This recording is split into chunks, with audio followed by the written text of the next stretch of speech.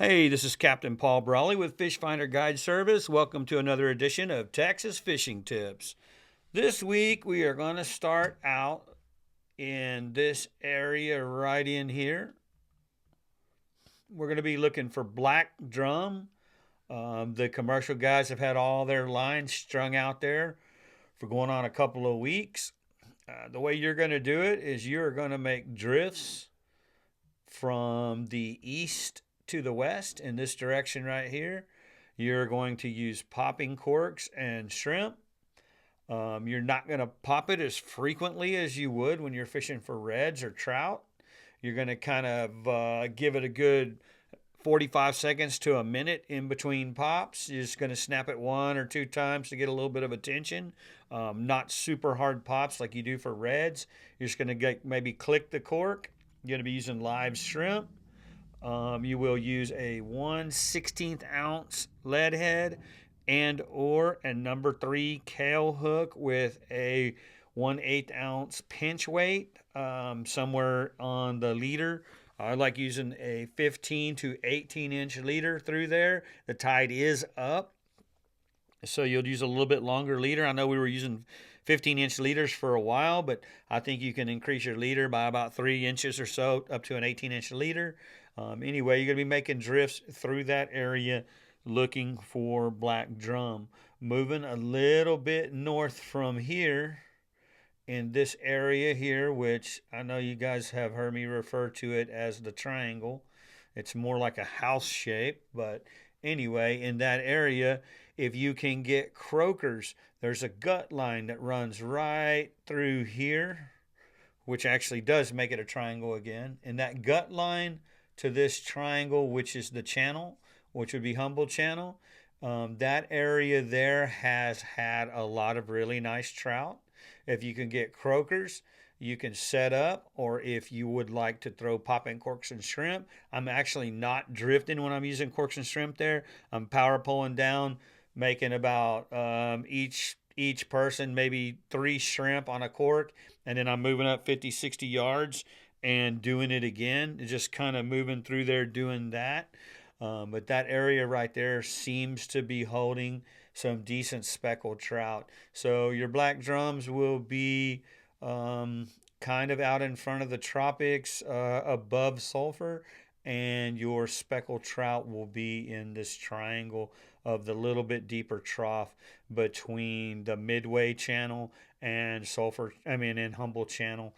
That makes this triangle right here. All right, we're going to move on a little bit south. We have a much higher tide than what we've been having. We are going to be looking in this zone right through here. That zone is a little bit deeper water on the King Ranch, and it's going to have a lot of sand holes, and it's going to be full of speckled trout and some redfish. If you're able to get croakers, you can set up on some of these mini potholes that are through here and just kind of sit there and wait it out. Sometimes it takes up to 20 minutes to get them going, but once you get them going, you should be able to get your 3 trout per person limit through there using croakers. If you cannot get croakers, you can make these drifts from a little further back towards the natural gut here, throwing shrimp and cork. They're about 30-minute drifts, 25-minute drifts, and just popping those corks.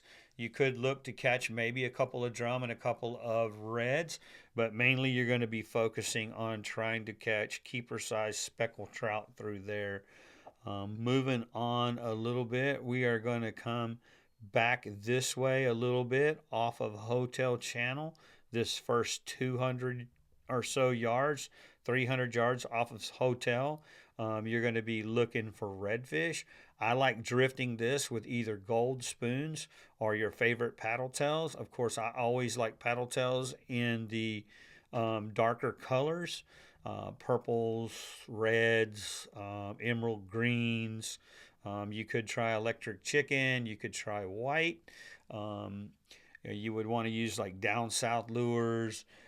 You may want to try using Bass Assassins or power baits from Berkeley.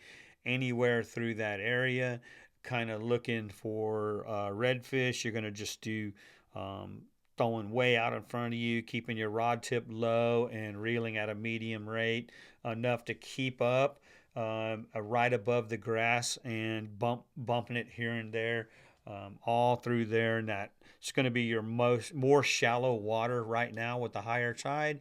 So that area, you could look for nice reds through there. All right, we're going to move a little bit more east from where we've been talking about. We're going to come over here and look behind all these spoil islands that run on the back side of the intercoastal in North Nighthawk Bay. There's been several people wade fishing through here, so you kind of got to be picky about where you're fishing.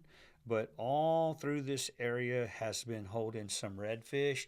They're very scattered, but there is some nice ones in there. And what you could do is come up behind these islands and throw cut bait of your choice. I like sardines, I like shads, I like mullets. It really doesn't matter this time of year. If you can catch a skipjack would work as well. But you're going to be looking behind all these spoil islands. You're going to come up, power pole down, throw up there behind those islands. There's a little trough that runs behind most of them. You're not going to be throwing way up on the beach on that super 4 or 5 inches. You're going to be throwing on the initial trough that's right off of that, which would probably be about 1 foot of water to 18 inches of water. You're going to be using a number 5 or number 6 kell hook with no weight. Just either a leader tied straight to braid or the hook tied straight to your braid or mono, whichever you're choosing to use. You will hook it through the skin only, leaving your hook exposed. You're not going to bury the hook in the meat, as that will cost you redfish. Redfish will ball that up in their throat. The hook will stay contained within the meat. You'll go set the hook and you'll pull that ball right back out of their mouth. Whereas if you will leave the hook exposed, in other words, hooking in and out of the skin only, your hookup rate will be much greater. As I pull up behind these islands, I'm setting a clock at 10 minutes. So when I put the cut bait out there, when 10 minutes goes by, if I don't have a red, I move on down to the next one. As soon as you get a red, the clock starts again. So you're going to stay about 10 minutes per stop and per red, if that makes sense. So right in there, I've been really looking to catch just, pretty much slot size reds, 20 to 28 inch reds behind these islands. You're probably not going to get your big old heavy tournament winning 9-pound reds back there, but there are some nice good keeper reds and what you're looking for, at least for table fare. Anyway, that'll be it for this week's edition of Texas Fishing Tips from Fish Finder Guide Service. You guys be courteous to each other and try to catch a bunch of fish.